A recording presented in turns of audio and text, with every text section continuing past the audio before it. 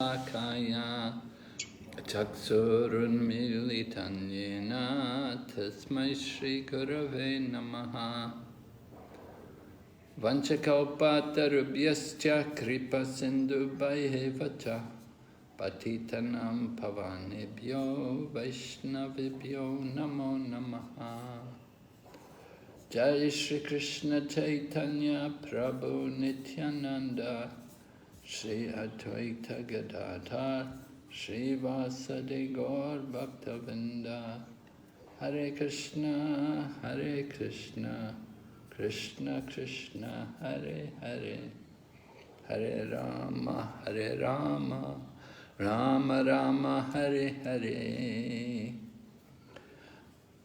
So welcome to our Bhakti Sastri. We're studying Bhagavad Gita, chapter 7 to chapter 12.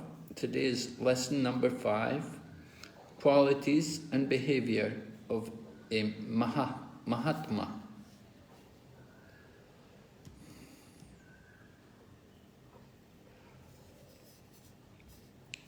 Okay, so we're not covering the whole chapter, but we're doing part of the chapter. We're on the 9th chapter. We already began the first 10 verses in the previous class. So today we want to look at texts 11 to 26. This 9th chapter is the very heart of the Bhagavad Gita, right in the center of the Bhagavad Gita. So it's a very important chapter. So we're taking more time to go through it. Recording in progress.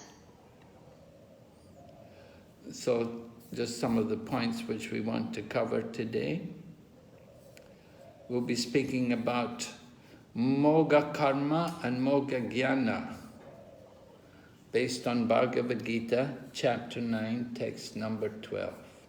And we want to see some examples of that.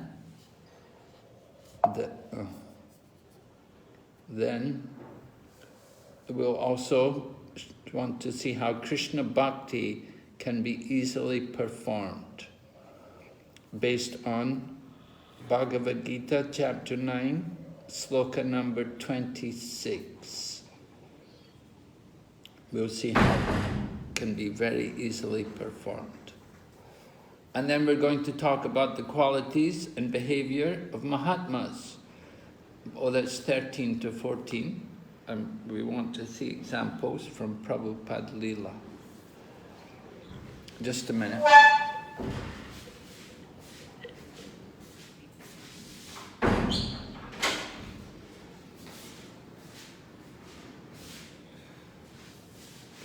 We're having a very heavy wind, heavy storms here in Mayapur. Began last night. Very heavy wind and still here this morning. So I just had to lock the door, stop it from banging. Okay, so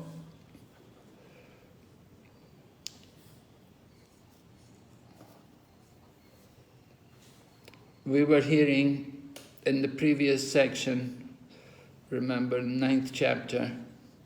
Who remembers how did the 9th chapter begin? Hare Krishna, Guru Maharaj, can I try? Yes, please. Yeah, it began with a discussion of the most confidential knowledge in verse 1. Yes. Then, Guru Maharaj also spoke about the gradations of the confidential knowledge, beginning with Guyam, which is about, the soul and the body, the beginning chapters of the Bhagavad Gita, moving on to more confidential knowledge, which is Guyataram, essentially chapter 7 and 8, which discusses about devotional servings bringing enlightenment in Krishna consciousness. And then finally, the most confidential knowledge, which is Guhyatamam, which is essentially the relationship between Lord Krishna and his devotee, the transcendental dealings, which are very nicely explained in chapter number 9.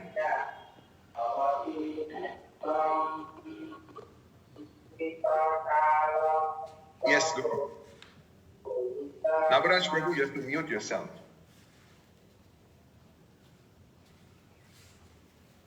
Yes, thank you, Prabhu. Yes, thank you for that, Prabhu. Very nice. Confidential knowledge, more confidential and most confidential knowledge was going to be described. We spoke about that, and then we went on to speak about this Yogam Aishwaram, right? How Krishna relates with the material world. That was text number 4. The first 3 verses were glorifying transcendental knowledge. Then text number 4 brings us into this Yogamaishwaram, the mystic opulences of Krishna, by which all beings are in Krishna, but he is not in them. So we spent a little while considering these different points, how it appears almost contradictory that Krishna says, and yet everything is not in me, everything rests in me, but it's not in me. Behold my mystic opulence, though I pervade and support the entire creation. All right? And the example was given. Krishna himself gave the example that just like the mighty wind blows everywhere, but it always rests in the sky. So in the same way, all beings are in Krishna. So the mighty wind, I'm seeing a lot of mighty wind here in Mayapur today. So it's always within the sky. In the same way, everything is within Krishna.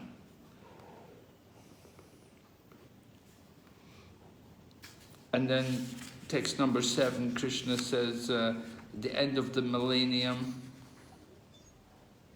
all material manifestations enter into him, and at the beginning, another millennium begins, like this, describing about creation. The whole cosmic nature, the whole cosmic order is under me, under my will, automatically manifest again and again. All right, so nature of the material world, that it continues. There's a creation, there's maintenance for some time, then there's destruction. And then after destruction, then again there will be creation.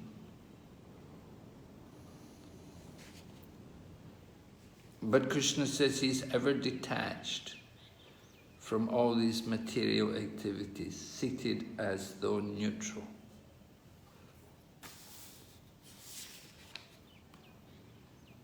And then text number 10, the material nature.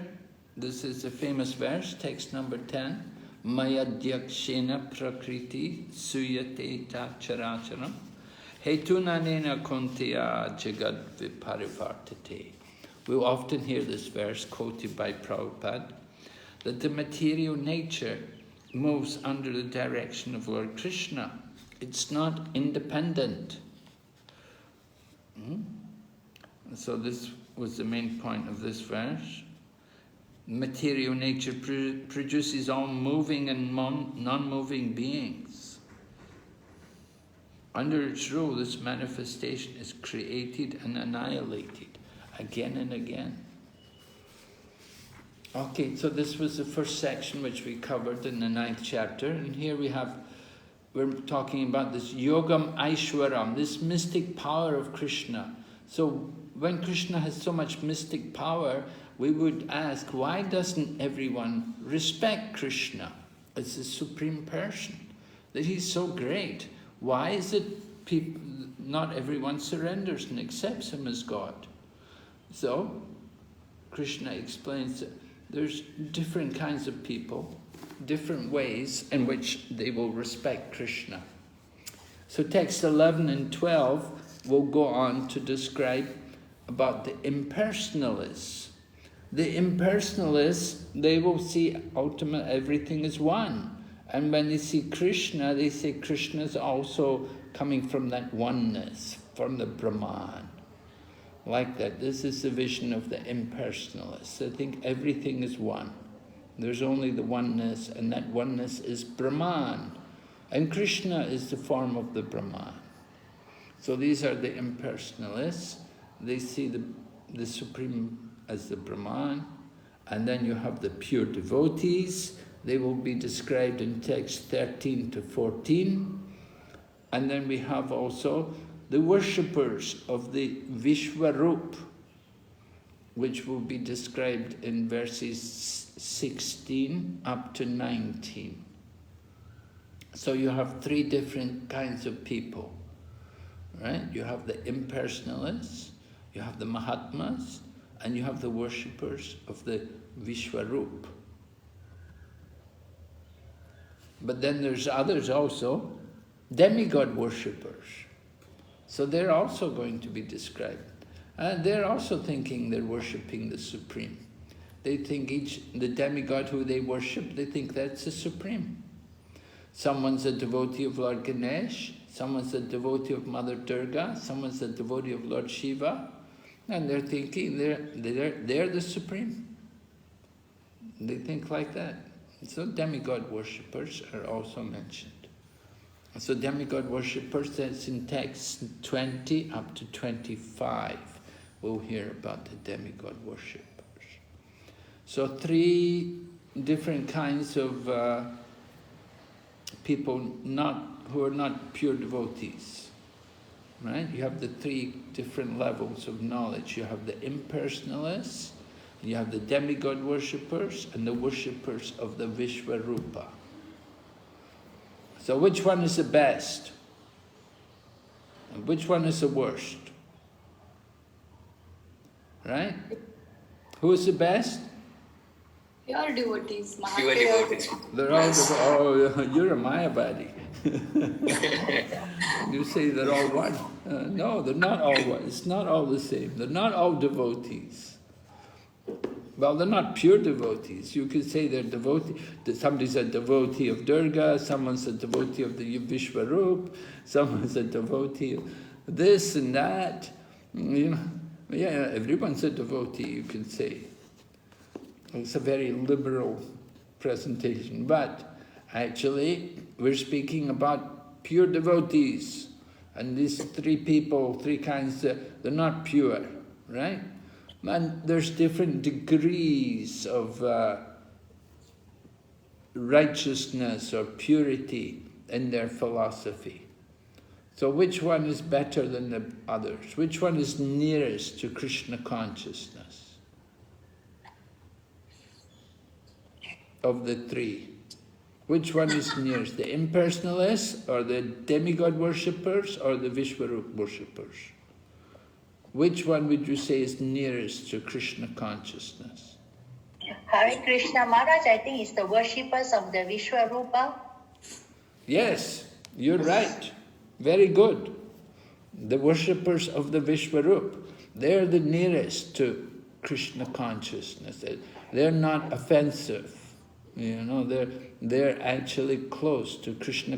In the Srimad Bhagavatam, we actually see it's described in the second canto especially. Second canto, first chapter describes first steps in self-realization. And there Sukadeva Goswami mentions how we can worship the Lord through the Vishwarup. So that can be done. We can contemplate. We may not be able to accept the Lord's divine form. We may not be so acceptable to worshipping deities, but we can see the Lord in the universe. We see the Lord through the universe, and we think of the universe as being the form of the Lord. And the higher planets are the top of the Lord, and the lower planets are the feet of the Lord, and the sun is the eye of the Lord, and the rivers are like the veins on the body of the Lord, and the mountains are like bones on the body of the Lord. And this way we see each and everything in the Vishwarup. The Brahmanas are the head, the Kshatriyas are the arm, the Vaishya the belly, the Sudra the leg. Like this, everything, everyone is there in the Vishwarup. And so some people contemplate God through the Vishwarup. And if they cultivate the mode of devotion, then they can go on to become devotees. Now, which one is the worst? Impersonalist. Why? Because they have done offense on the lotus feet of the Krishna. Yeah. But they don't believe that is a personal form of the Supreme Personality of Godhead. Right. Now the impersonalists, you see, they also understand we're not the body. You know, they're also transcendentalists. They know we're not the body, but they don't recognize that there's a Supreme Personality of Godhead. They think ultimately there's only one. So the impersonalists, they deny the supremacy of the Supreme Lord. They don't recognize any one Supreme Lord. They just say only the oneness, only the Brahman. But they understand they're not the body. They're transcendentalists. They're free, they're detached from the material body. They give up sense gratification. Right? And then you have the demigod worshippers, people who, you know, they'll take some other form of their favorite demigod and they worship that as the supreme. So that the worshippers of the Vishwarup, they're first class, and the demigod worshippers are second class, and the impersonalists, they're third class. But the impersonalist one, that's the most common, that's the most prominent philosophy, impersonalism. And that's why we have Prabhupada's pranam mantra. Prabhupada gave us himself that pranam mantra, Nirvishesha Shunyavadi Paschatya Deshatarini. Preaching the message of Lord Chaitanya to defeat impersonalism and voidism. So this impersonal philosophy is very rampant, it's spread everywhere. And it's very offensive, it's against Krishna consciousness. All right, so we're going to look at these points. Here we have, first of all, text number 11. Maharaj, there's two hands raised. Krishna Maharaj. Maharaj, just wanted to understand one thing. Are the impersonalists and the Mayavadis impersonalists and the Nirvishesha considered as impersonalists here? Or some difference is still there in this particular definition of impersonalist? Yes, impersonalist could be Mayavadi, but could also be Brahmagyani. Now, Brahmagyani is not offensive. They just accept the Brahman as truth.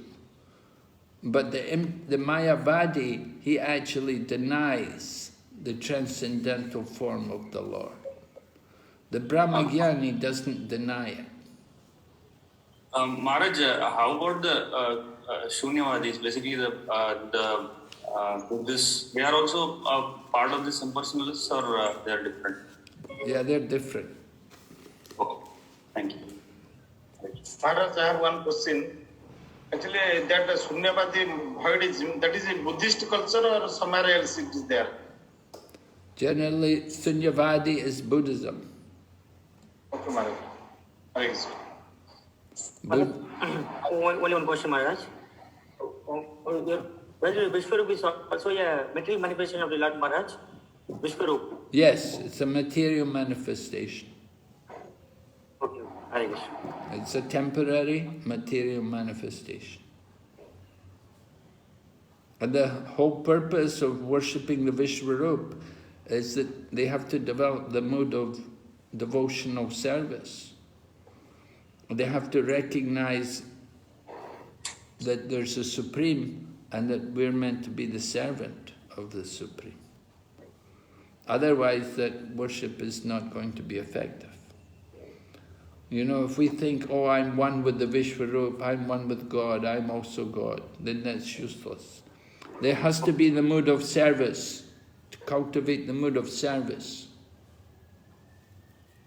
But here it is written pure devotee Mahatmas, whether it is Krishna Bhaktas or demigod worshippers, Maharaj. What? What did you say, Prabhu? Yes, it is written as pure devotee Mahatmas, it is written. Whether it is applicable to Krishna Bhaktas or demigod worshippers, Maharaj. Pure devotee Mahatmas, they may be Krishna Bhaktas, they may also be Vishnu Bhaktas. Oh. Vishnu Bhaktas can also be Mahatmas. Then was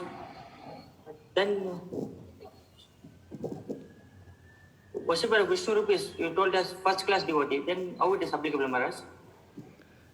Worshipper of Vishwarup, say of the three people, these three who are not in pure Krishna consciousness.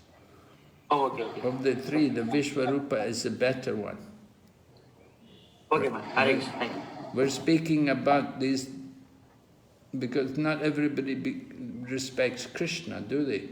But of course, the pure devotee Mahatmas, they respect Krishna. But these three kinds of people, they have their own different philosophies, different understandings. Some are impersonalists, some worship the Vishwarup, and some worship demigods.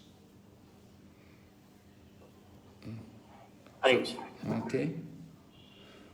So we're going to hear, first of all, about the impersonalists.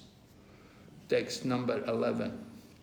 Avajananti mammudha manushim tanam ashritam param bhavam ajananto mama bhuta maheshwaram.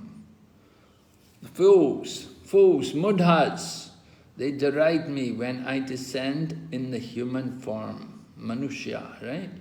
They do not know my transcendental nature and my supreme dominion over all that be. My transcendental nature as the Supreme Lord. Okay, param bhavam ajananto, mama bhuta maheshwaram. So like this, Lord Krishna condemns these people who cannot understand the Lord who is appearing in the human form. So they're described to be mudhas, stupid rascals. They're thinking, because the Lord appears in the human form, they think he must be human like us. And they think, because he has a body like us, so they think he also takes birth, he also dies, he also gets old, he gets disease. They do not understand the transcendental nature of the form of the Lord. So, although the Lord Krishna performed so many wonderful activities, they could not recognize the nature of the Lord. And they thought him to be just like an ordinary human being. So this is very offensive. It's not that God is made in the image of man, but we are made in the image of God. The original form of the Lord in the spiritual world is two-armed. So we have appeared in this material world. We take on the form like the Lord. Because we are competitors, we're envious of the Lord. So we come to this world to try to exploit and try to enjoy in this world. We take on this human form. And when the Lord comes, we think he's like us. We cannot distinguish his transcendental nature. Even though he performed so many wonderful pastimes, still we thought, oh, it's just some magic, or it's just some trick, oh, he's got some power. They cannot understand that he is actually the Supreme Lord. People say, oh, if God is real, why can't we see him? But 5,000 years ago, when Lord Krishna appeared in this world, there were many people who could not recognize him. Only a few people could recognize him as the Lord. Just like the Pandavas, they understood Krishna's identity. Queen Kunti, like that. So the Lord covers himself, doesn't reveal himself to everyone. But actually he has a transcendental nature. Okay, and then Here's a commentary by Vishwanath Chakravarti Thakur. Would someone like to read this, please? Hare Krishna. That well-known Mahapurusha lying on the Karana ocean with Satchit Ananda form, spreading himself through millions of universes, who creates the universe by his own energy, is indeed you. But some say in depreciation that when you come as the son of Vasudeva with human-like form, it is just an amsa of that Mahapurusha. In response, the Lord speaks this verse. Yes, they deride this human-like form that I assume. They do not know that this human-like body is the supreme form, Param Bhavam. It is my Swarupa, my actual form, more attractive than and superior to the Mahapurusha, lying on the Karana ocean and other forms as well. What type of form is this? It is the highest truth, Bhuta, meaning Brahman, and it is the great Lord, Maheshwaram. The phrase great Lord excludes other meanings of the word Bhuta. According to the Amara Kosha, Bhuta has various meanings such as truth, the elements like earth or being fit. Hare Krishna. Thank you very much. Yes. So here in the commentary, Vishwanath Chakravarti Thakur is describing that it is Lord Krishna who is the original Supreme Lord. Now some people may think Mahavishnu, the Mahapurusha, who's laying in the Karana ocean, they may think he is the Supreme because everything is coming from him. But we should understand actually that form of the Mahapurusha, he is the Amsha of Lord Krishna. And it is Lord Krishna who is the original Supreme Lord. So some people, they worship Lord Vishnu as the Supreme Lord, and they think Krishna is the 8th avatar of Vishnu. So Krishna is an avatar. But we say, no, Krishna is the original Supreme Lord, and Lord Vishnu is his Amsa. Lord Vishnu comes from him. Okay? And then text number 12 describes the result of the impersonal philosophy. Right? We thought if people think Krishna is an ordinary person, then what results do they get? What's the reactions from that? So it is described here in text number 12. Right? Someone like to read text number 12? Jagrati Patel Mataji, would like to go first? Yes, Prabhu, Hare Krishna. Those who are thus bewildered are attracted by demoniac and atheistic views. In that deluded condition, their hopes for liberation, their fruitive activities, and their culture of knowledge are all defeated. Hare Krishna. Right. Lord Krishna speaks about moga karmano, moga jnana. So the attempts to cultivate work and to cultivate knowledge will all be defeated. And what will be the result?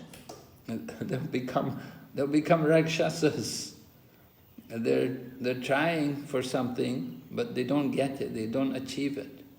Their hopes for liberation, their hopes for fruitive activities and knowledge, all defeated.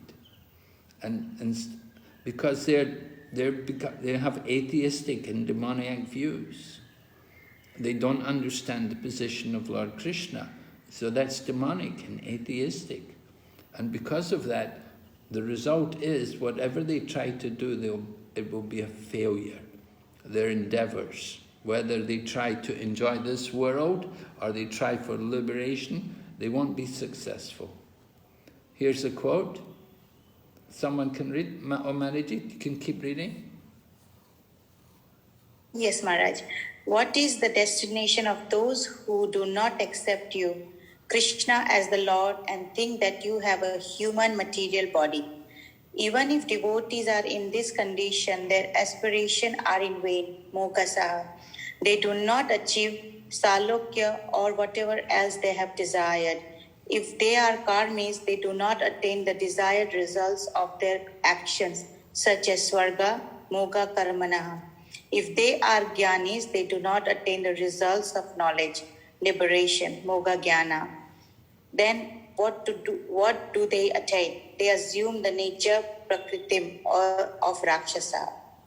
Hare Krishna. Yes, all right. So they don't get liberation. They don't go to heaven. What do they get? They get the nature of demons, Rakshasas. So Rakshasas, not very pleasant people. Rakshasas. So this is the result of their philosophy.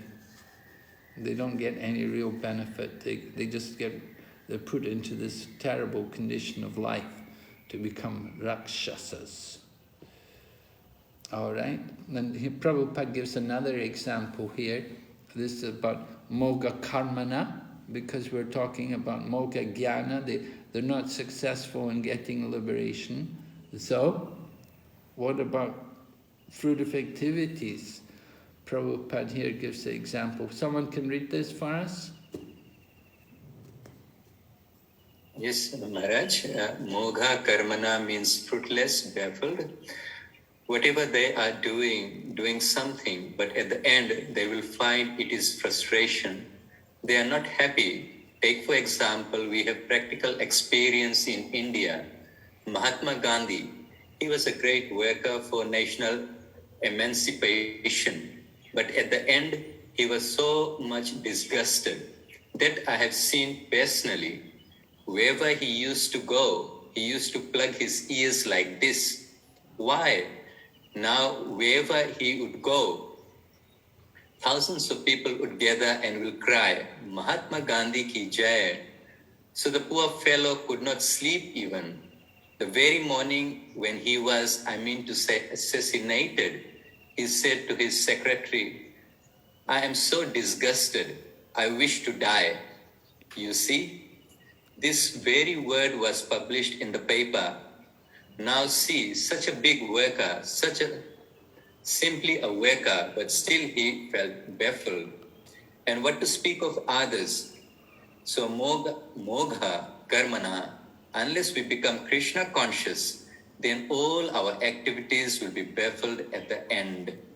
9.11.14, New York, So November 26th.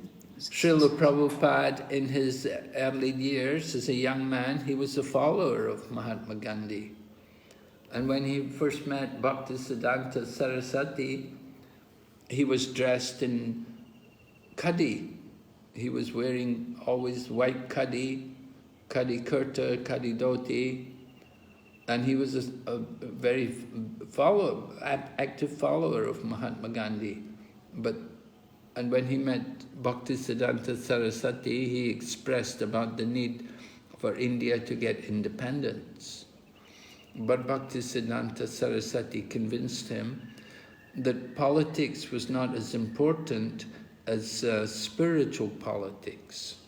Spreading the message of Lord Chaitanya was more important than just simply independence for India.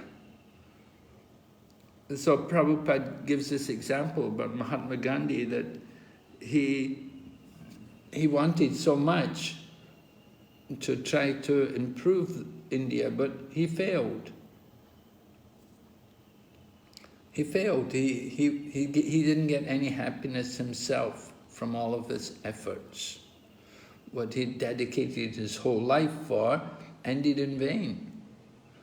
And there are many other examples of people like that. They dedicate themselves to material endeavors. Ultimately, they're all defeated in the course of time. There was another man who Srila Prabhupada respected. he'd been the president of India, Dr. Radhakrishna. So Dr. Radhakrishna, he'd written a commentary on the Bhagavad Gita, but he'd made some, very impersonal statements there in his commentary on Bhagavad Gita. And ultimately, he also died completely frustrated. He suffered from cerebral thrombosis, and Prabhupada went to see him, and Prabhupada was shocked at his condition, that physically and mentally he was completely destroyed. So people endeavor for success in the material world or success on the spiritual platform, in the sense that their goal is to get liberation. But if they have that impersonal, if they don't understand properly the position of Lord Krishna, and if they're offensive to Krishna, then they will never be successful. They'll never get what they want. And they'll fall back to the material world. And we see examples there. Subari Muni. Subari Muni was a great yogi. He was meditating in the bottom of the Yamuna River. But he was offensive to Garuda. And he got in big difficulties also. All his efforts brought him a lot of trouble. So there are many examples. The path of perfection. Unless we become Krishna conscious, then everything will be ruined at the end. We'll never be successful. People, impersonalists, work very hard to liberate themselves from the material world, and they may liberate themselves for some time from the material world, but then again they come back to the material world and take up welfare activities. And that we see common, so-called big spiritual people. They're supposed to be liberated from the world, and they come back and take up welfare activities or even go into politics and like this. Waste their life. Politics is also useless, waste of life. So everything will be baffled at the end. So this is described here in these two verses, 11 and 12 of the 9th chapter, describing the fate of the impersonalists and the result of the impersonal philosophy. Okay, then moving on to the Mahatmas, the next section, the next verses. Here you can see the Mahatmas are described. Someone please read the Sanskrit and English. Hare Krishna. Mahatmanastu mam partha daivim prakritim ashritaha bhajanti anyaya manaso gyatva bhutadim avyaya. O son of Partha, those who are not deluded, the great souls, are under the protection of the divine nature. They are fully engaged in devotional service because they know me as the Supreme Personality of Godhead, original and inexhaustible. Thank you, Maraji. Thank you. So, Lord Krishna directly mentions these people, Mahatmas, and he says, Daivi Prakritim Ashrita.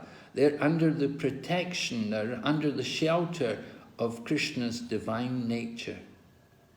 So this is different from the materialists. This is the divine nature. The devotees, because they're Mahatmas, so they're under the protection. Krishna protects them. Why? Why does Krishna protect them? Well, it's mentioned here. They're fully engaged in devotional service. Bhajanti ananya manaso. Ananya manaso. They're fully engaged without deviation in devotional service, and they know Krishna, they know Lord Krishna as the Supreme Lord, original and inexhaustible. This is the position, Mahatmas. Prabhupada was sometimes referred to all the devotees in ISKCON as Mahatmas. that you're all great souls, because you're engaged in devotional service, and you know Krishna is the Supreme Lord. And so Krishna consciousness movement is a movement for Mahatmas. Of course, there are different levels of Mahatmas. They're great souls. And some souls are really great, and others are not mediocre. Others are maybe mediocre, and maybe more of us are more on the lower level, just beginners. All right? But we've surrendered to Krishna, and we give our full attention to Krishna. We try not to be diverted. We want to keep ourselves always busy in the service of Krishna. And we're convinced of Lord Krishna's position as the Supreme Personality of Godhead.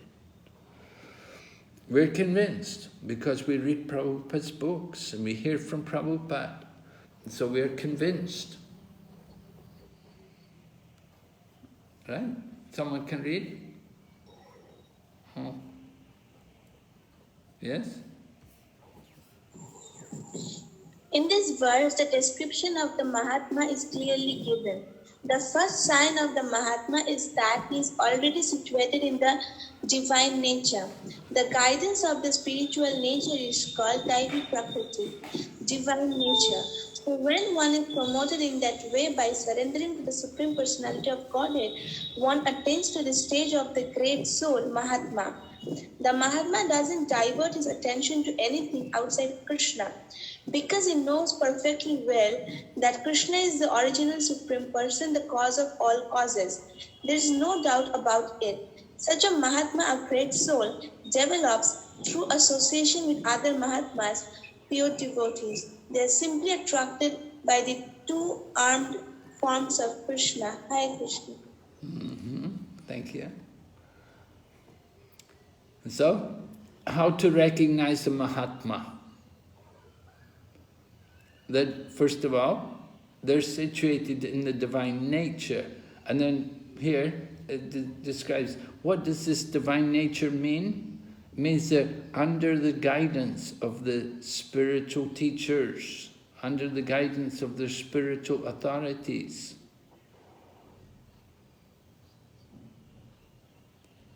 They surrender to Krishna and Krishna's representative. This is important. We have no independence. In conditioned life and in liberated life, both sides we are controlled. In conditioned life, conditioned souls are controlled by the three modes of material nature. And in spiritual life, when we surrender to Krishna, then we're controlled by Krishna directly, or Krishna's representative. And the devotee is always busy in the service of Krishna. He has no doubt about Krishna. He's always busy, wants to serve Krishna. Okay? And then Prabhupada also adds here, they're simply attracted by the two-armed form of Krishna. Well, some people, they think because of 4 arms, that must be greater than 2 arms. So some people think the Vishnu form must be greater than Krishna. Actually, the 4-armed form of Krishna, that is Vasudeva Krishna. But we worship Shyamsundar Krishna. The 2-armed form is Shyamsundar Krishna. Vasudeva Krishna, this is a 4-armed form. And there's the pastime. The Krishna was hiding from the gopis. So Krishna took the 4-armed form, and the gopis came running, and they saw the Lord in his 4-armed form, and they offered their obeisances to him. And then they asked him, can you tell us where Lord Krishna went? And so Lord Krishna told them, oh, he went that way. So the gopis went running after Krishna. So they offered their respect to the 4-armed form of Krishna. But their actual devotion, their actual love is for the 2-armed form. All right?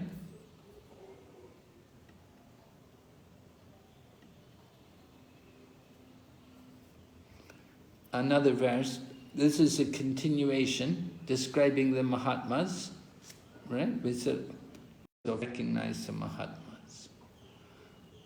So, devotee, who read that last verse? You can read this one also.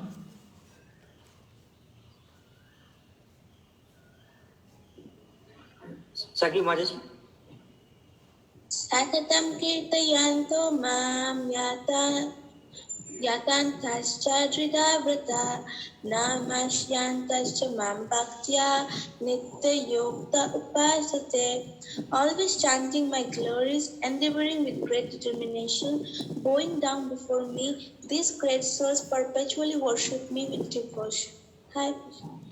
All right, so always chanting Satatam Kirtayantom. They're chanting about Krishna and Drada Vrata. They've made this vow, determined vow, right? They're very determined. They're going to do it. Great determination that's required. Right? Rupa Goswami also spoke about the importance of determination. So we have to be like that. We have to have this determination that we really want to do this for Krishna. Nitya yukta upashite. They're always worshipping Krishna. And how to worship Krishna? Namashyantascham, bowing down before him. Very simple, chanting, endeavoring. Here you can see, we're not impersonalists. The impersonalists, they don't understand the importance of chanting. They may chant, but they don't chant very much. They don't have taste for it because they're impersonalists. By their impersonalist tendency, they're denied the taste of the holy name. Yatantas, endeavoring, body, mind and words, endeavoring everything in the service of Krishna. Drada Vrat, we're very strict, follow the rules and regulations, keep Ekadasi. And Namashyantas, bow down, worship Krishna with devotion. Any ashram, Mahatmas can be in any ashram. Don't think Mahatma means, oh, must be in saffron, oh, should be a sannyasi, or... No. All the devotees are Mahatmas. Men and women, grihastas, brahmacharis, vanaprasthas, everyone. They can all be Mahatmas. They can all worship Krishna with devotion. All right? Here's some more about the Mahatma. Yes, please read. Who'd like to read? The Mahatma cannot be manufactured by rubber stamping an ordinary man. His symptoms are described here. A Mahatma is always engaged in chanting the glories of the Supreme Lord Krishna, the personality of Godhead. He has no other business. The Mahatma is always engaged in different activities of devotional service. As described in the Srimad Bhagavatam, hearing and chanting about Vishnu, not a demigod or human being. Such a Mahatma has firm determination to achieve at the ultimate end the association of the Supreme Lord in any one of the 5 transcendental rasas. To achieve that success, he engages all activities, mental, bodily and vocal, everything in the service of the Supreme Lord. Sri Krishna, this is called full Krishna consciousness. The Mahatma's great soul strictly observe all these rules and regulations, and therefore they are sure to achieve the desired result. Thank you, Prabhu. Yes. So you can see the description of the Mahatma from Prabhupada's purport. He's always engaged. He keeps himself active for the service of Krishna. Prabhupada talks about rubber stamping. You can't rubber stamp someone. Oh, this person, no, he's a Mahatma. We don't just put a name. If someone says Mahatmas, they will show it by their activities. Determined to keep themselves engaged, keep away from Maya. All right? So, we want to hear from you now. Discuss qualities and behavior of a Mahatma giving examples from Prabhupada's life. Yes? How many people do we have here today? 14, Mataji. Sorry, 18 of us. How many? 18. 18. Oh, we are 18 people? Sorry. 19, Guru Maharaj. 19. Okay, maybe what we could do, we could make little groups and you could sit together and think about this for a little while. Can we have groups of like 4 people? There'll be 5 groups. Okay, Guru Maharaj. Prabhuji, I'll just handle the breakout rooms.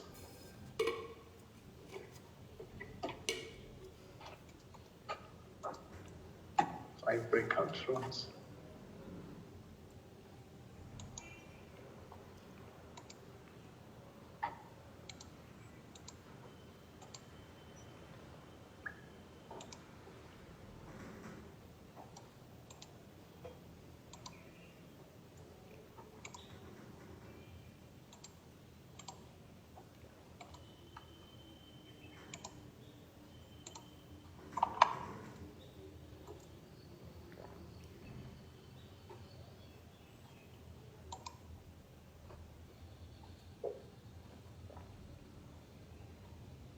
How much of time, Guru Maharaj? 5 minutes. Okay. Just see what you can come up with.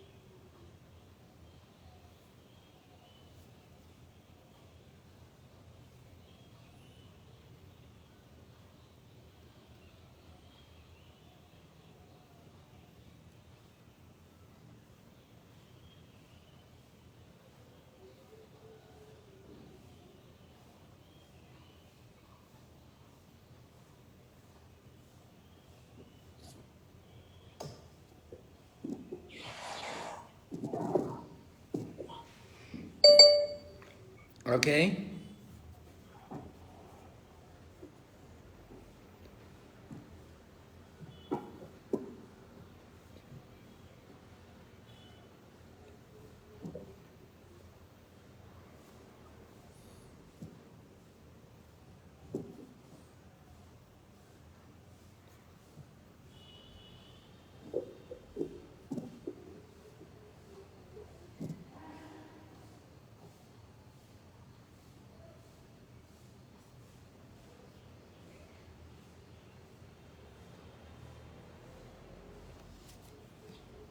Yes? Hare Krishna? Hare Krishna Maharaj. Yes, I think we can close the room now. Everyone back? There is some more to come, Maharaj. Some of us have come back, but some are still in the rooms, Maharaj. Did you close the rooms? Amarnimai Prabhu? I will tell Padmalochan Prabhu. He is only doing that, Maharaj. Who? Padmalochan Prabhu. Well, he should do it.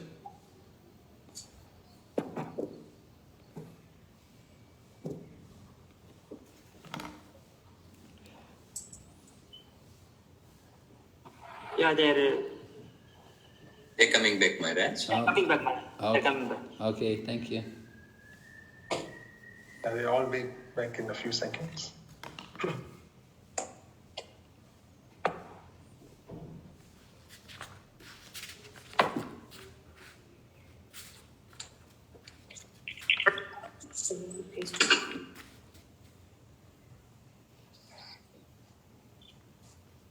The group 5, right?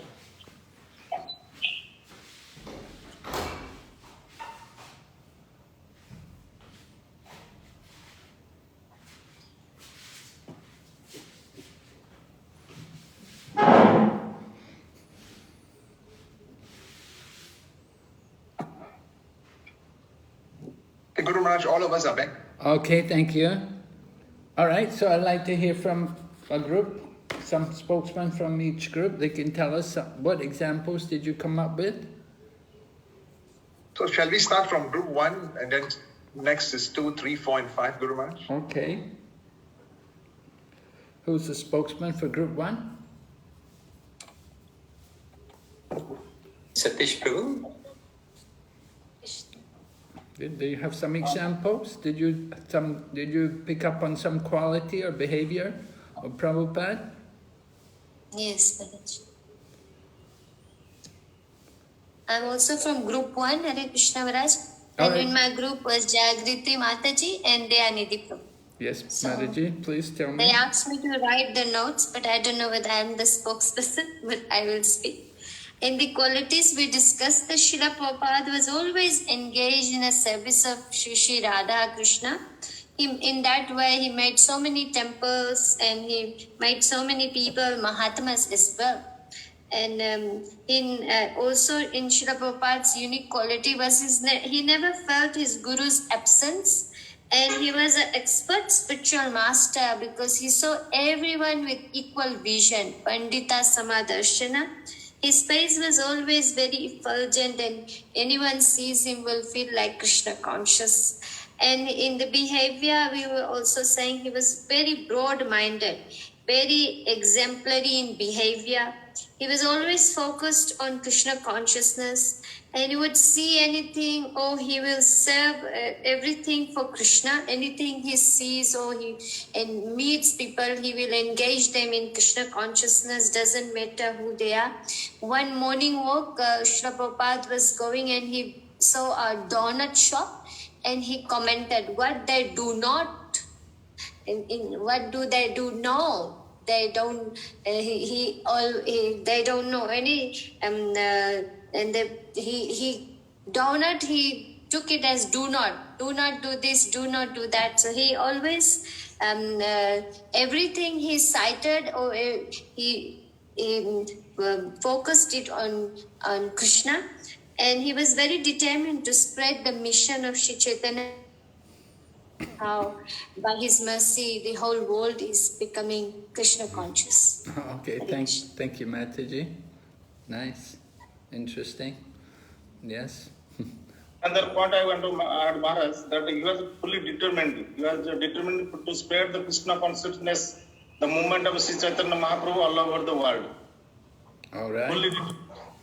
Yes, he took great risks and showed a lot of courage and determination to establish Krishna consciousness, to go to the West with no money, not knowing people, but Prabhupada took the risk and great efforts. Yes, thank you, very nice. Yes, what about group 2? Hare Krishna Maharaj, it was we both, then Preeti Priyanka Mataji and Kumar Deep Prabhu. So, as mentioned in this purport, Mahatmas cannot be manufactured by the rubber stamp.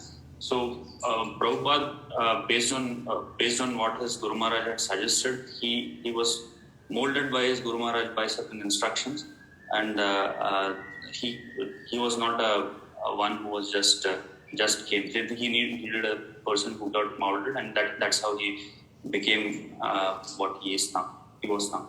Then then he did the different activities of devotional service. He set a wonderful example for all of us that he had no other business other than doing devotional service. Right from early morning, he wakes up, he did the translations. He didn't waste any minute of his time in any other activity other than doing Krishna consciousness. So in that way, he set us a very nice example of doing the 9 ways of bhakti in the most simple way, always chanting the holy names of the Lord. And we even saw that he is very broad-minded. The perfect definition of Mahatma, he is very broad-minded. He accommodated everyone throughout the world, including the Westerners and all parts of the world, including the women and the Shudras. He didn't discriminate anyone. So he included everyone in his... he wanted to make everyone disciples of Krishna. And followers of Krishna. And even after multiple fall downs also, he encouraged them to continue Krishna consciousness.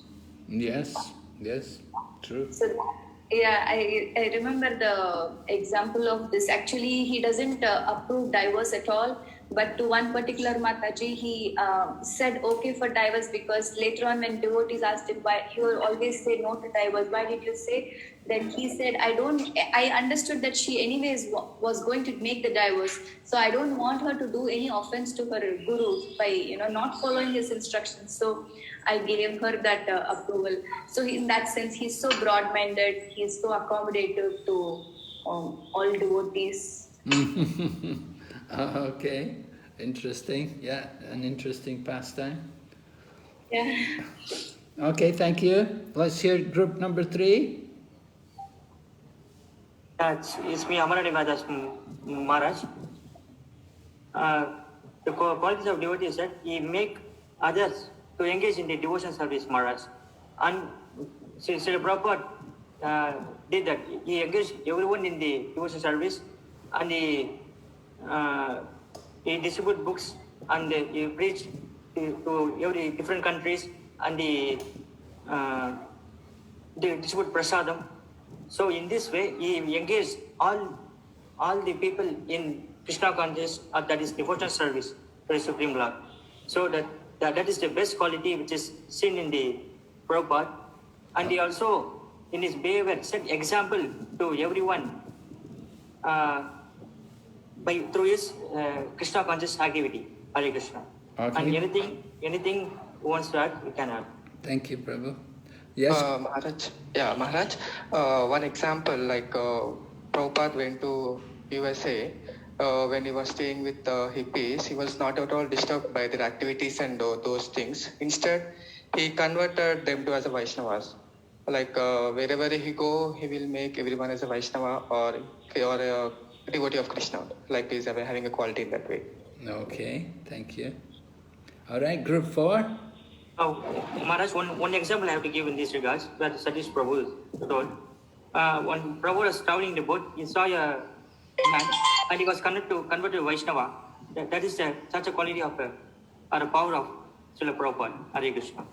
Okay, Hare Krishna. Group number 4. Any spokesman there? Anything new to add? Okay, group number 5. Hare Krishna Guru Maharaj. So our group consisted Yashoda Mataji, Subhatra Mataji, Silavati Mataji, Renuka and myself. So some of the points which the participants brought up was, number one, every word from Srila Prabhupada's lotus mouth was for the propagation of Krishna consciousness. All his activities were all directed towards devotional service and Krishna consciousness, and he is an acharya where he's setting an example, strictly following the rules and regulations, and he was walking the talks, and everyone just had to follow what Srila Prabhupada was doing. He was also always thinking of Lord Krishna, and he was showering mercy to everyone because he really cared for everyone. He cared for every living entity. And in the Western world especially, he was continuously teaching everyone how to worship Lord Krishna in the deity form, opulently dressing the deities, doing abhishek, following the Archana principles, etc. And as what some of our other classmates brought up, very, very tolerant person.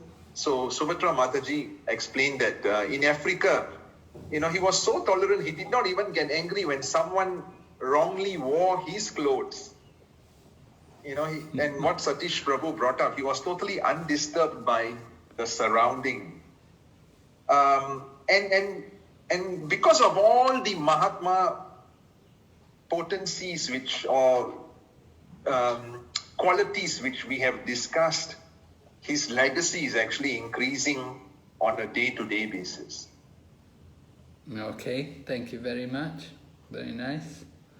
Nice to hear all of you glorify Srila Prabhupada.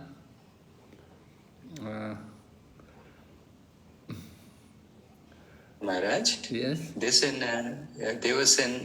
When Srila Prabhupada came to Australia, he stayed very briefly in Australia in one of his visits, and there was a very amazing prayer he offered to Shri Radha Gopinath, and he said that I am not capable of transforming these malachas. You please take care of these devotees. You guide them so that they can worship you nicely. Such a beautiful prayer he offered to the deity before he left, because he was there for a very short time, Maharaj. Yes, right. Yes, Prabhupada prayed like that to Lord Gopinath. Take care of them. He brought the deity there. We think that when the deities come, we will take care of the deity, but Prabhupada prayed to Krishna to take care of them. So Prabhupada saw Krishna. He didn't see the deity, he saw it's actually Krishna himself. We see the deity, but Prabhupada actually saw Krishna. So many nice examples in Prabhupada's life. One time I remember Prabhupada was sick, and so the devotee said to Prabhupada, Prabhupada, you're not well today, let one of us give class and you can rest. And Prabhupada said to him, he said, no, I have to give class. He said, if I don't give class, then you will think it's all right for you not to give class when you're sick. In other words, we'll make excuses. I'm not well today, I'm not going to give class, I'm not going to speak. But Prabhupada was so particular, so concerned, that even you're not well, still he wanted to give class. And that was his determination. All right? So we'll go ahead. Now, text number 15, an important verse. Anye, begins Anye. Right? Anye, who are the others? Anye meaning the others. Text number 15. Right? Jnana yagena chapi anye. Jnana yagena chapi anye yajanto mam upasate. Right? Lord Krishna is describing about these different kinds of people which I was speaking about at the beginning of the class. Ekatvena pritakvena bahuda vishvato mukham. So 3 different kinds of others are described. Actually, it's a progression. Prabhupada began, he said, after hearing about Mahatmas, then on the level below, the Mahatmas are pure devotees, they're fully engaged in Krishna consciousness. And below that, you have 4 kinds of people who come to Krishna consciousness, who all have sukriti, they have pious activities, right? So do you know those people? Who are those 4 kinds of people? What reasons do they come to Krishna conscious for? Distressed.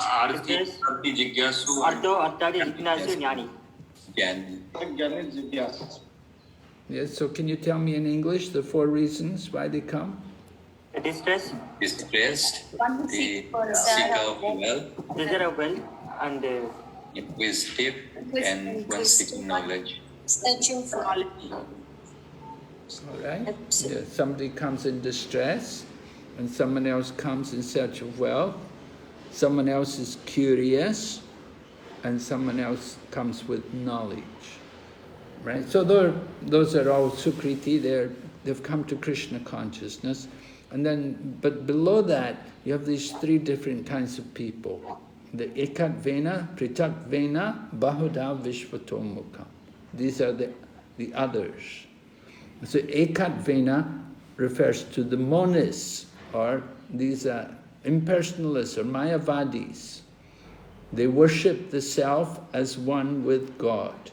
And they are the lowest, and they are the most predominant, most common. Impersonalism, very common.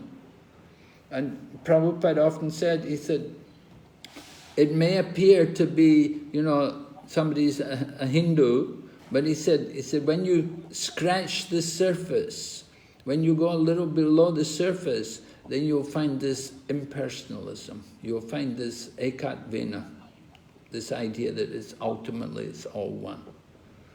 And so Prabhupada Prabhupada saw this a lot in his own experience. He saw how much predominant, people may not be aware of it, but it's there, that tendency is there for us to be influenced because we've been brought up and it's been instilled to so many of us by so many impersonalist gurus, different speakers. So it's very prominent. But actually this is the 3rd class. And then the pritakvena bahuda, they concoct a form, or they may worship their favorite demigod, they may invent their own form, different ideas. And so that will be discussed, verses 20 to 25. And then the Vishvatomukam, worship the universal form. It's going to be described in text 16, 17, 18, 19. 4 verses will describe how we can see God in so many features of the material world. Vishvatomukam. Help us to contemplate everything in relation to God. So text 15 is going to is describing these others, and we're going to see how these others are described. The worshippers of the universal form are described first. Text number 16. 16, for example. In 16, Krishna describes, but it is I who am the ritual, I am sacrifice, the offering to the ancestors, the healing herb, the transcendental chant. I am butter and the fire and the offering. And so Krishna is describing how he's there in everything. And this is for the worship of the universal form. It's like pantheistic philosophy, to see everything in the world in relation to God.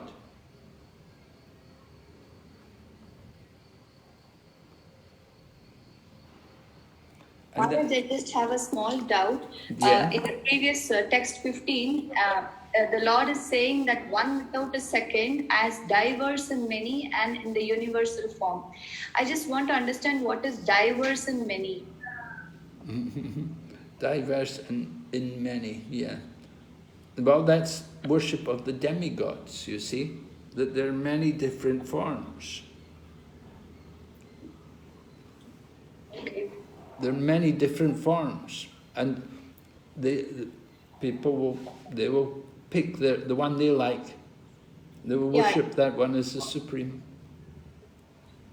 So it's all Krishna. They're all formed. It's all everything's coming from Krishna, and so all the different forms of the demigods, they're all coming from Krishna, and he appears in these different forms.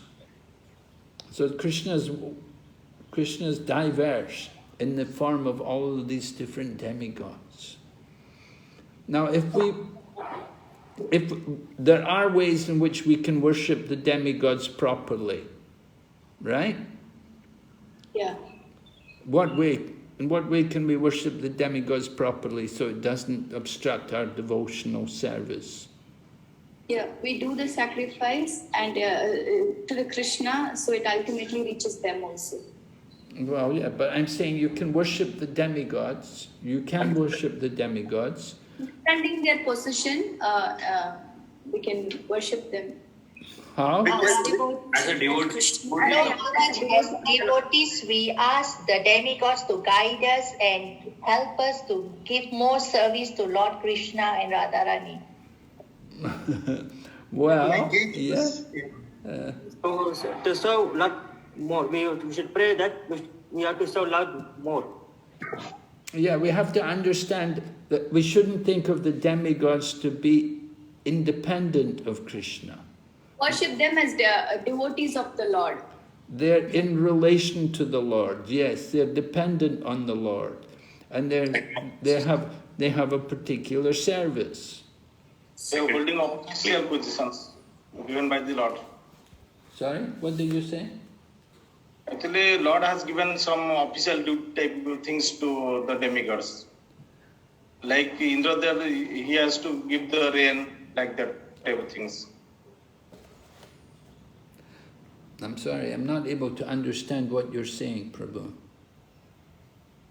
Actually, Supreme Personality Godhead has assigned some duties to the demigods to perform the certain type of duties. Yes, right. They're given their areas of responsibility.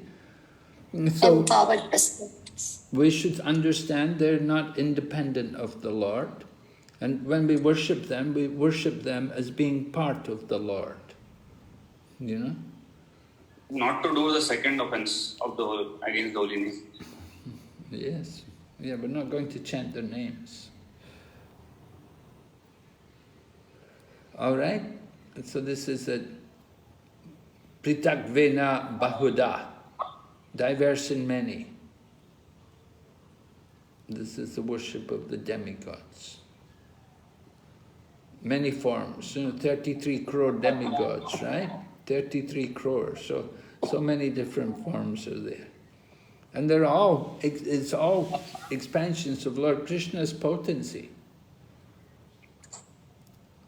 So some people become attracted by a particular demigod and they worship like that. And they think ultimately it's all one, it's all supreme. Okay? So, indirect worshippers of Krishna. Text 15. Prabhupada explains about this. Text number 15, the Anye, the others.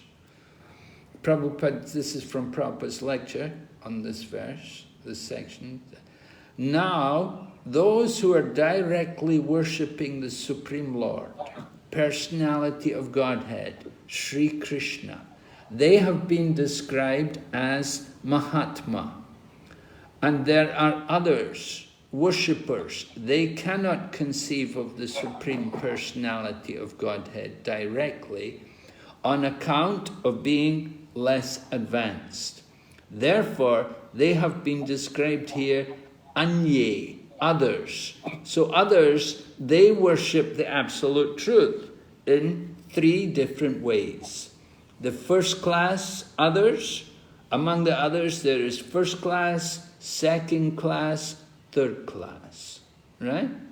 Remember I spoke about this? The first class, they worship the universal form, because that's close to coming to the truth. There's no offense, nothing wrong in that. The second class, they're worshipping the demigods, they're worshipping the devas. And the third class, the impersonalists. They're thinking oneness. All right? So, text 16 to 25, describing Krishna is the supreme object of worship. So 16, 17, 18, 19 will describe how we can see Krishna through the material world and relate to the universal form, the worshippers of the universal form. So that's up to text 19. And then text number 20, then we get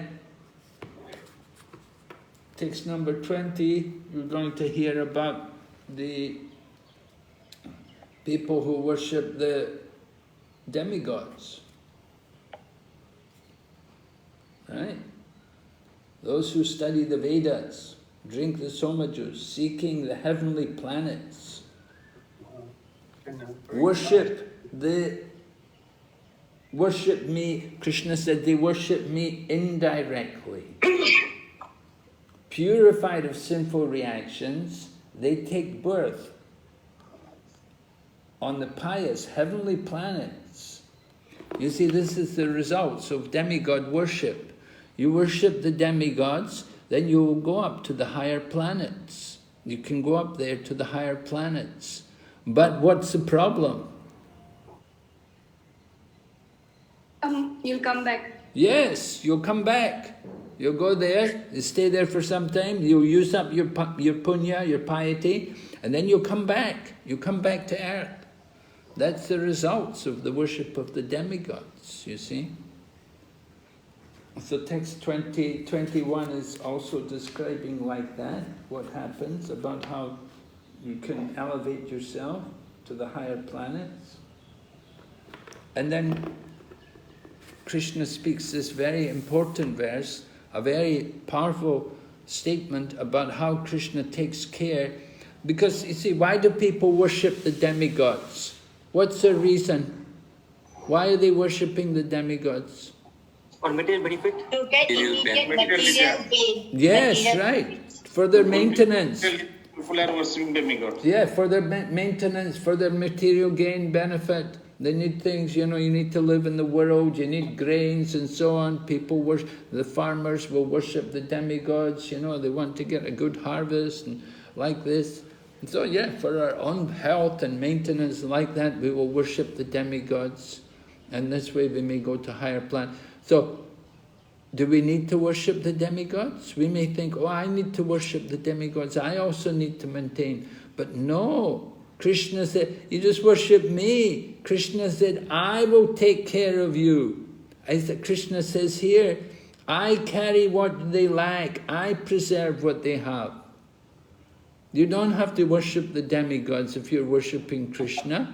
Krishna will take care of all his devotees. Right? So, it's described here, who Krishna takes care of. Maharaj, one question. Yes? Yeah, you have a question? It would be in both material and spiritual sense, Maharaj, like for material necessities as well as spiritual progression towards him. Yes, can be, yes. Yes, definitely. Can we understand it this way also? Everything is spiritual, whether it is we consider it as material or spiritual. That distinction actually, when it comes to Krishna consciousness, there is no distinction between material and spiritual. Is that also right? Well, yes, if you're on that, you can come to that platform. You can see everything in relation to Krishna. Thank you. This is the best insurance policy, Guru Maharaj. Yeah, this is a good insurance policy, right? Invest in Krishna. Krishna takes care of everyone. All right, now you're going to worship Krishna, Yeah, there's some standards, you see, what Krishna wants. And so Krishna is describing what his standard is. You want Krishna to maintain you, all right? So here's what Krishna wants. You worship him with exclusive devotion. All right? It's mentioned, ye jana paryupasate. Paryupasate means properly worship him. It's mentioned there. Properly worship. And then nidya biyuktanam. Nidya biyuktanam, always live in devotion. Always live in devotion. So exclusive devotion. So Krishna has his standards, you see. Ananya Bhakti is mentioning there also, Ananya Bhakti, so that's also important. That is having no other object of interest, right? Chintayanto. Concentrate. This is for only those are surrendered souls at the lotus feet, fully surrender. They don't depend on others only. Right. You have to be chaste, right? You should be chaste to Krishna. You shouldn't be thinking, oh, maybe I need to also do a Ganesh Puja. There's some difficulty. Oh, I need some money, and maybe I should do a Lakshmi Puja, and I need to get Lakshmi's blessing, and my health is a problem, so I'll do a little bit for the sun god as well. No, we just simply depend on Krishna, and Krishna takes care of everything. So ananyas chintayanto mam ye jana paryupasate tesham nidya biyuktanam yogakshemam vahamyaham. This is a very, very powerful verse, very important verse. Yes. Because Krishna is promising that I will take care of my devotees. I will carry... And there's a story, maybe you've all heard that story about Arjunacharya. Arjunacharya, he doubted that Krishna would take care. Yes, Maharaj. Yes, Maharaj. He thought, Vahamyaham? He thought, no, he thought Karomyaham. He didn't think Vahamyaham, he thought Karomyaham. Krishna said, I preserve what they are. And so he changed it to Karomyaham. He said, I will get it done. I will get somebody else to do it. And so he changed it out. He thought, couldn't be Krishna personally coming to do it. And then what happened? Actually, he caught, what he had written in Bhagavad Gita, he caught that Bahamyam, he wrote Paramyam. And Krishna himself and Krishna and Balaram both came for his house. He brought all the things those who were needing. At that time, they saw their back and also their tongue that has been caught and bitten. Yes, right. Yeah, Krishna himself came with Lord Balaram and brought all the provisions. Arjunacharya had gone out begging, he hadn't got anything. But when he came home, he heard the two boys had came and brought everything. And they'd also complained that he'd beaten them. And of course, when he rubbed out this Vahamyaham, this was like striking Krishna himself. So this is one of the important verses of the Bhagavad Gita, this one. Along with, there's the other verses that also, verse number 14. Number 14 is also a very important verse. Did you remember number 14? 14 was about the Mahatmas, right? Text 14. Satatam. Yes, right, Mahatmas. Right? So these verses are very significant. Krishna promises, I carry what they lack and I preserve what they have. You don't have to worry about losing something. Whatever we have, Krishna will preserve it, and if we're lacking something, Krishna will provide it. But we have to also meet our part. We have to do our part. We have to worship Krishna with exclusive devotion. And we have to worship him properly. So this is nice verse to quote, superiority of bhakti. You can read the verse, this purport from Vishwanath Chakravarti.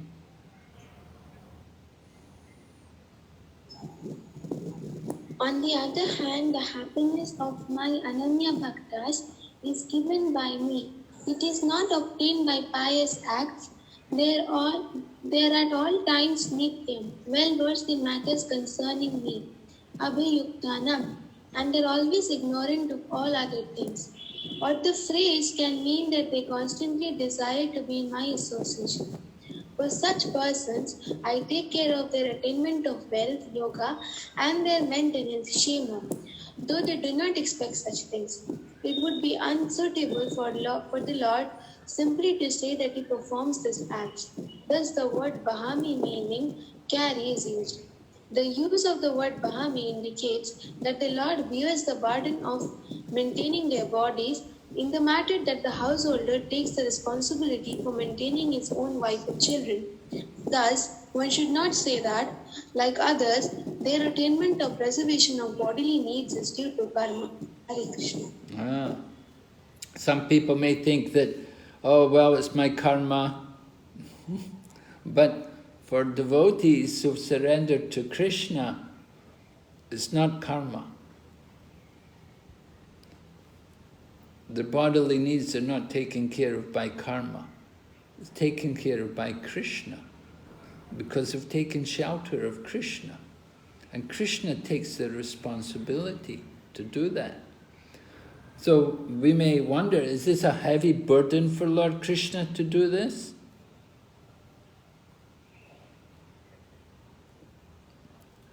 Do you think it will be a heavy burden? Oh, how many people? Oh, and now there's Hare Krishna movement, there's so many devotees, they're all coming to me to maintain them. How can I maintain everybody? No, we may think like that. We may think, oh, how could Krishna maintain so many people, so many devotees? Is it a heavy burden for Krishna? No, Guru Maharaj. No, Maharaj. Why not? He's not common at all. It appears. Because Eko Vidhati Kaman. Multiple Lakshmis are serving him. He is the owner of so many Lakshmis. So As per given in the Brahma Samhita, many Lakshmis are just like maid servant that serving Lord. So there is no chance to that he will not be able to fulfill the desires of others. Okay. There are many Lakshmis serving the Lord. So you can tell the Lakshmis go and take care of the devotees, huh? No, but he's full of opulence and he's not. The first thing is he's not a common man. He cannot be compared to a common man at all. He's the Lord. Yes. An ordinary man, he's the Supreme Lord. If he desires, everything can happen, Maharaj. If he desires. Just desires, Maharaj. Okay. It's sankalpa. Okay, let's go on. Here's a bit more. Yes, someone? Yes, Maharaj. Simply by his desire, the Lord can pull. Everything happens by his simply will, desire. Oh, all right. Automatically. Let's have somebody keep reading. Maharaji, who was reading before? Reading before. Keep reading. Snigdhamai Mataji. Yes. Still, since you are Atmaram, enjoying within and indifferent to all things as the Supreme Lord, where is the question of you bearing this responsibility? Because my Ananya devotee has no karma due to lack of desire, Naishkarmyam, his happiness is given by me. Though I am indifferent to all else, I have great affection for my devotee. This is the cause. One should also not say that in giving the burden of their maintenance to their worshipable Lord, the devotees show lack of prema. In fact, they do not give to me that burden. Rather, I, by my own will, accept it. It should also be understood that I am not bearing it as a duty in the manner that I create and maintain the universe by my will alone. Rather, being attracted to my devotees, I take the greatest pleasure in taking care of their needs, like carrying the weights of one one's lover. Hare Krishna. Vishwanath Chakravarti gives this example here. Carrying the weight of one's lover. So it's not a burden. And so the same way the Lord doesn't feel any burden to take the responsibility for his devotees. As you said, as one Mataji said, he's not an ordinary person, he's the Lord himself. And he's not doing it just as a duty, but because he's so attached to the devotees, and he takes pleasure in it. You know, we may think, oh, it's this duty, I have to do this. Or sometimes the mother has to cook, I have to cook. But we want to do it out of love. And this is the mood of the Lord in relation to his devotees. It's a burden of, he has so much love for his devotees. Because the devotees have given everything to him. So the Lord wants to satisfy the devotees, to please the devotees.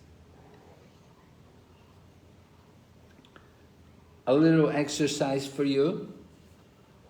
Experiences where Krishna carried what you lacked or preserved what you had.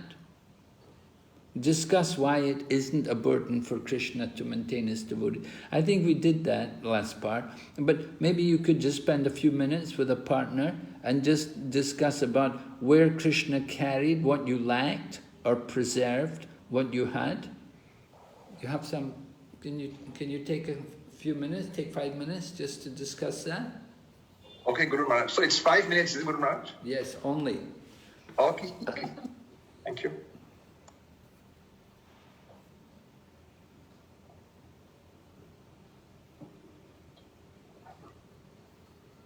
You're regrouping, Prabhu?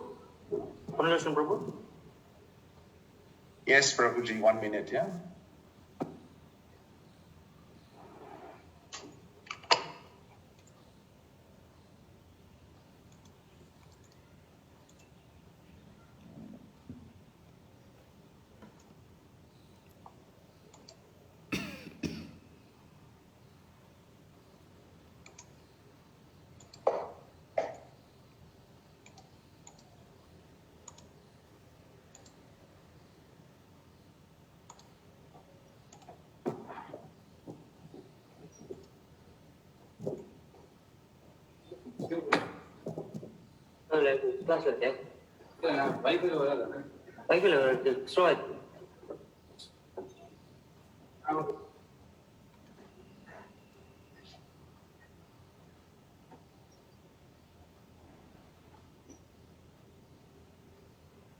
Okay, please join your groups.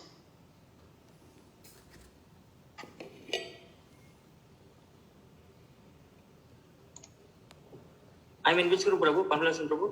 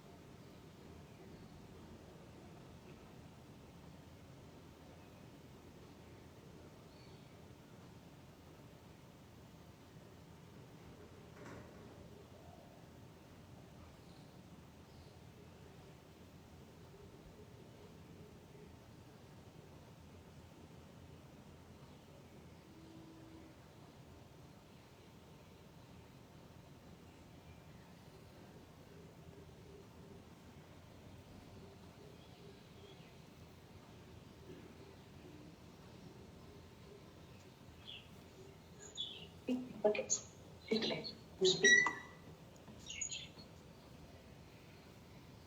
Okay, Guru Maharaj, we are all progressively coming back. Okay, good. So someone would like to begin telling me something, what you discussed? Any experience of this where Krishna preserved what you had or lacked? Yes, Maharaj. Yes. So in our small little group, Renuka mentioned that, she always struggled to memorize verses, but when it's time for recording, somehow Krishna is so merciful, everything comes together because she claims to have an issue with memory. So that's a big takeaway for her. And then Yashoda Mataji, would you like to just share what you mentioned? Hare Krishna Maharaj. Hare Krishna. Yes, I was saying that Krishna brought to us our spiritual master. He brings to us our spiritual master, who gives us the mercy to come closer to Krishna. So Krishna brings what we lack. He brings to us the spiritual master. Oh, okay. Thank you. Nice. Brought you spiritual teacher. Okay. Yes. We'll just take one more. Someone else like to share? Maharaj, this Samarani was from group 1. Me and Dhaniri Prabhu are in the group 1. And we are discussing about what we lack and where we improve like that. Actually, I was not good in English, but after coming to ISKCON and reading Srila Prabhupada books, I was quite able to understand his spiritual master, also able to improve in the English language. And also, I was afraid of speaking to large huge group for spiritual discussion, and I was able to do the spiritual discussion to a large huge people, and yeah, that's all from us. Hare Krishna. Okay, very good. Thank you, Prabhu. Yes, Krishna helps you to communicate. I have many experience, but two things I want to tell. That one exam in the world exam, that certified reliability engineering. To qualify that exam is very tough. Only very few people they try to clear. Out of 100, only 5 or 10 people they used to qualify the exam. I just fill up the form for the exam, but I didn't get chance to read, and I had not background to read that course. Just I read only 10 days. But by mercy of Krishna, I qualified that exam and become the topper. And that is certified reliability engineering. Wow. Another is during my job life, I was posted in North India. I was not getting transferred to my native place, Orissa. It took 6 years, but by mercy of when I prayed Krishna, then within 3 months I got my transfer, my native place. No. Okay, very good. Thank you very much. Okay, we'll go ahead. Let's see, here's text number 23. Right? People were hearing about the worship of the demigods, right? Well, we heard if you worship Krishna, he does everything, but what about other people? And so, those who are devotees of other gods, worship them with faith, they're actually worshipping Krishna. But they do so in a wrong way, right? Avidi purvakam. They're worshipping in the wrong way. Anya devata bhakta. They're worshipping others. They're actually worshipping Krishna. But they do so in the wrong way when they worship the demigods. They're thinking, if they think these demigods are independent of Lord Krishna, then they're doing it in the wrong way. And then what is the result of that? And the result is that they'll come back again. They'll fall down. They'll come back to the material world. From the purport, text 23. One has to follow the laws made by the government, not by the officers or directors. Similarly, everyone is to offer his worship to the Supreme Lord only. That will automatically satisfy the different officers and directors of the Lord. The officers and directors are engaged as representatives of the government, and to offer some bribe to the officers and directors is illegal. This is stated here as avidi purvakam. In other words, Krishna does not approve the unnecessary worship of the demigods. Right? The officers and directors, they are compared to the demigods. So Krishna doesn't approve, he does not approve of that kind of worship. That is the improper way, offering a bribe. We should understand.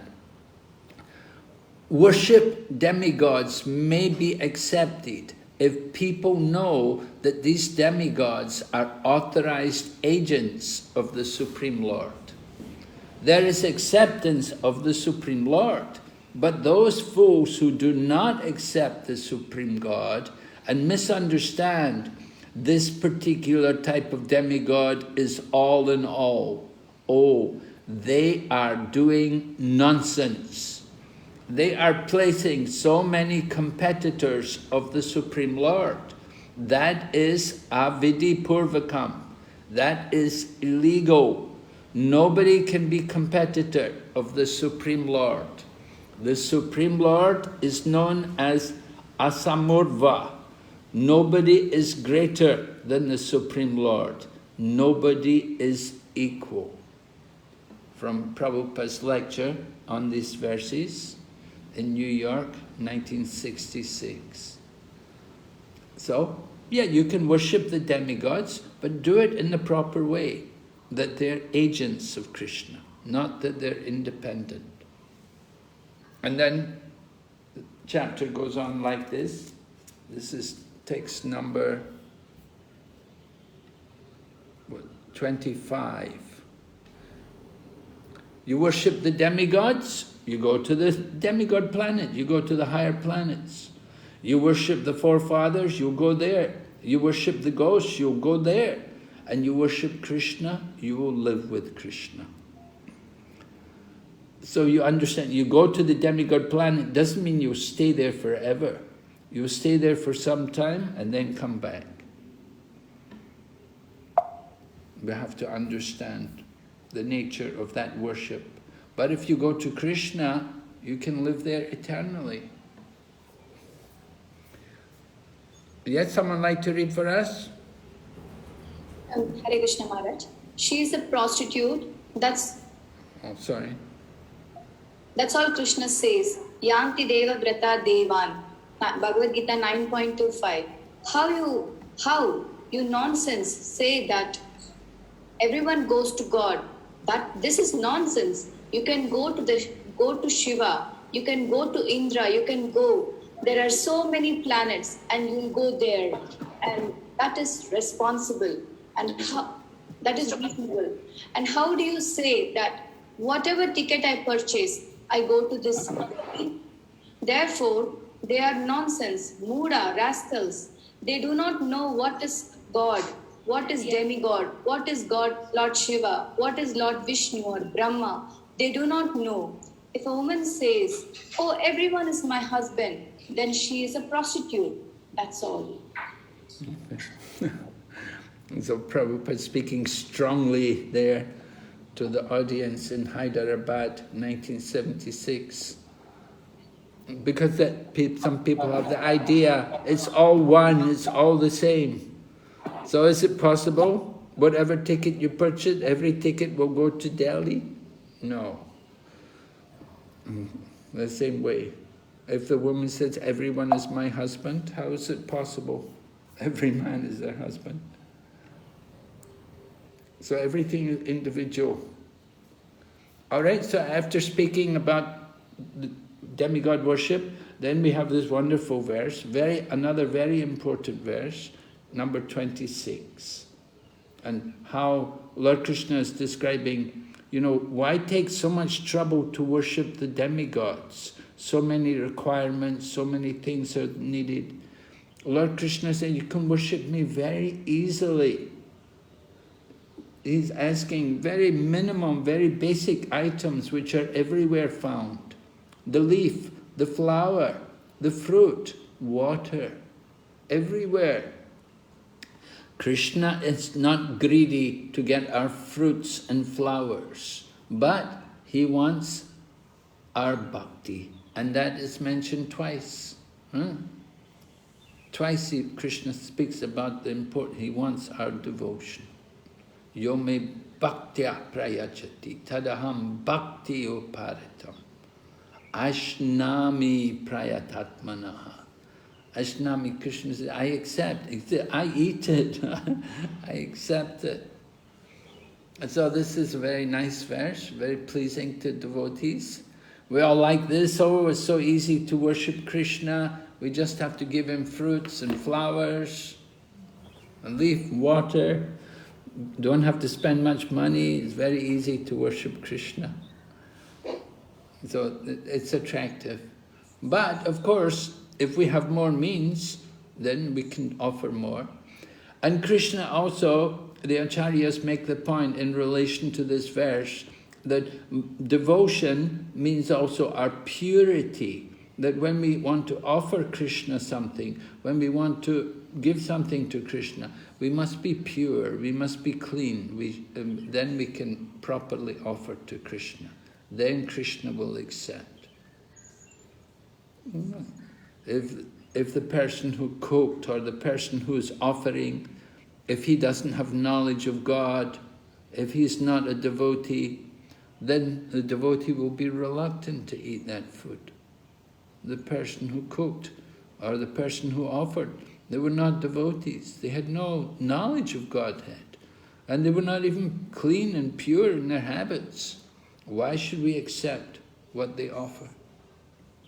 We should be careful. So Prabhupada, lecturing on this verse, he said, how can one learn to love God? There are 6 kinds of reciprocation, 6 kinds of exchanges, right? Do you know these? 6 kinds of exchanges? Yes, Maharaj. Darari bring naki. Yeah? Unte bojayate. Unte bojayate.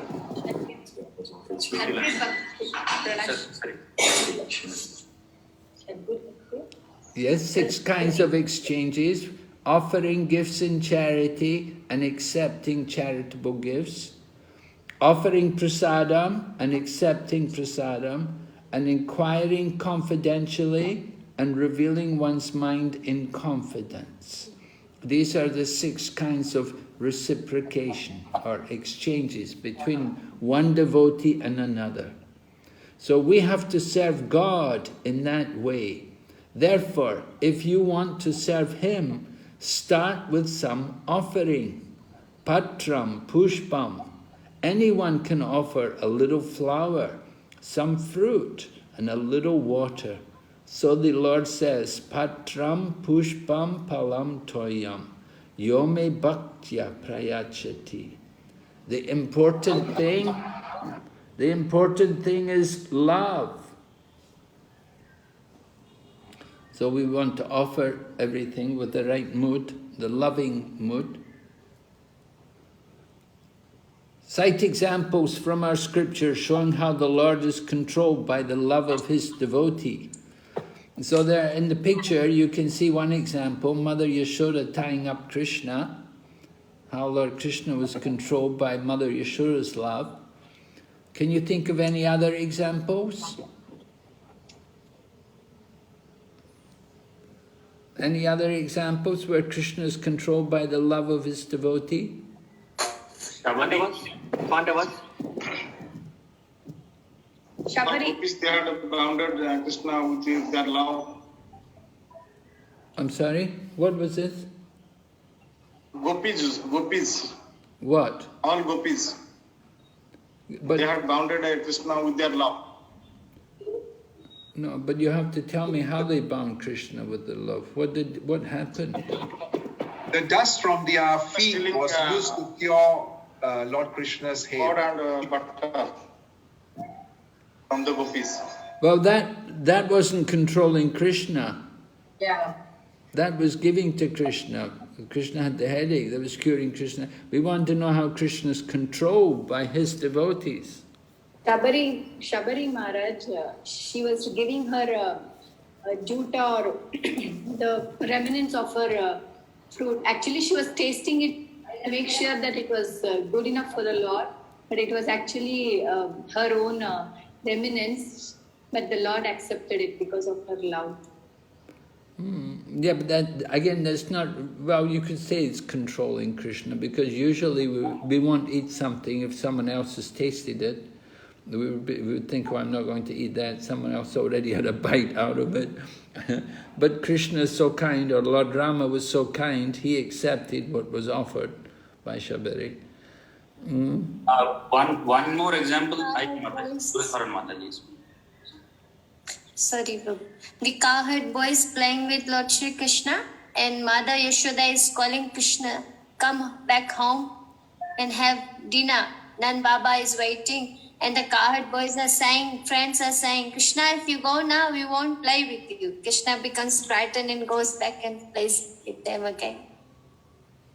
Okay. So controlled by his friends. All right. I never heard that pastime before. Maharaj, Lord Pandarinath, he was standing on the brick for such a long time that the devotee would come and offer him whatever it is. So the devotee was serving the parents, and he asked him to wait outside. So the Lord was waiting for him. Okay, this is Panduranga. This is the Maharashtrian deity.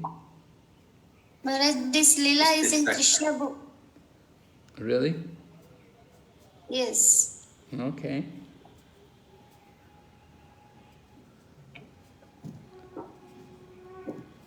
Yes, all right. It's Sakshi Gopal Lila as well.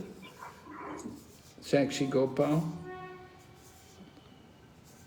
Maharaj, whether we can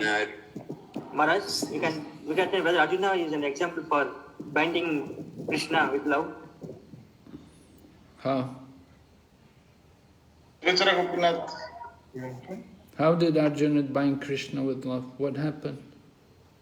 Because he was always with Arjuna was always with Krishna, and he was dining together, and he was sleeping together. So in this way, he bind Krishna with his love. It's not a very good example of controlling Krishna. Maharaj, can it be that Arjuna controlled Krishna by asking Krishna to be the chariot driver, and then he was giving direction by kicking him, go left, go right? Yes, that's better, yeah.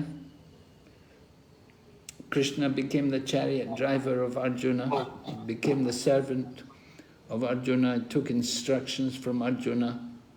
Bring my chariot into the middle of the battlefield. I want to see all the warriors who are assembled here to fight.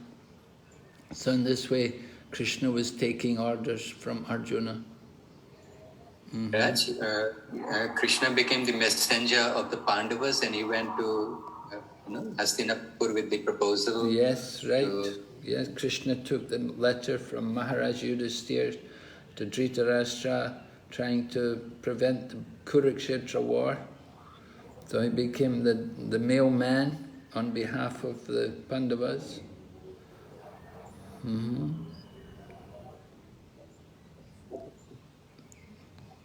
Because he's controlled by the love of his devotees. All right? Yes, Shakshi Gopal, the witness deity. The witness deity, the devotee came and said, you have to come and be the witness. And the deity was saying, well, I can't, how I can come, I'm just a deity. But the devotee said, well, if you can talk, you can also walk. So Prabhupada said deity was defeated. So the deity walked. It became the witness for the man. So there are... I'd like to go and say that even Srila Prabhupada was able to some extent, control Krishna because of his pure love for Krishna. Well, you have to give me some example how Prabhupada controlled. Well, Yeah, the example was that, which I had shared earlier in Melbourne. Everyone was a newcomer, and Srila Prabhupada didn't have much time with them to guide them into Krishna consciousness, and he just Yeah, but that's showed not Krishna. really showing us how Krishna is being controlled. That is Prabhupada's request to Krishna. Hare Krishna. Yeah? What about Sri Advaita Acharya, calling on the Lord to come just by offering Ganges water and tulsi on the Shaligram? So the Lord was controlled by his requests, and therefore the Lord appeared. Yes, yeah, that's okay. Yeah, he called the Lord to come, you have to come yourself. You have to come and deliver them. Okay, anyway, Krishna does come under the control of the pure love of his devotees. As stated on, yes?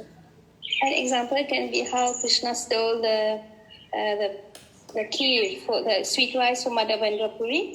When Madhavendra Puri was wanted to cook for his deity, he went to Gopinath Mandir, and then Krishna stole the kheer, the sweet rice, for him to keep aside. Yeah, Krishna gave service to his devotee. That was without the desire of Madhavendra. Madhavendra Puri didn't ask Krishna to do that. He didn't. It's not like Krishna was controlled. But Krishna did that because of his love for his devotee.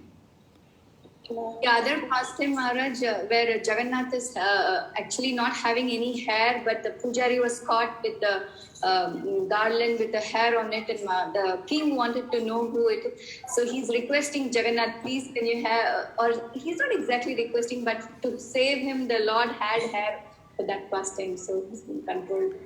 Okay, yes, certainly. It says, and there's a verse, Jita Jitopi Atitai Strilokyam. That Krishna is Ajita, he's unconquered, but he's conquered by the pure love of his devotee. All right? Oh, we finished. That's the end of the slides. Because we're not doing the whole chapter, we can't finish the whole chapter today.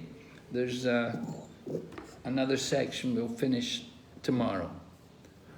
All right, so we covered some different points today. Let's see, what were they? Let's go back to the beginning of that slideshow. Oh.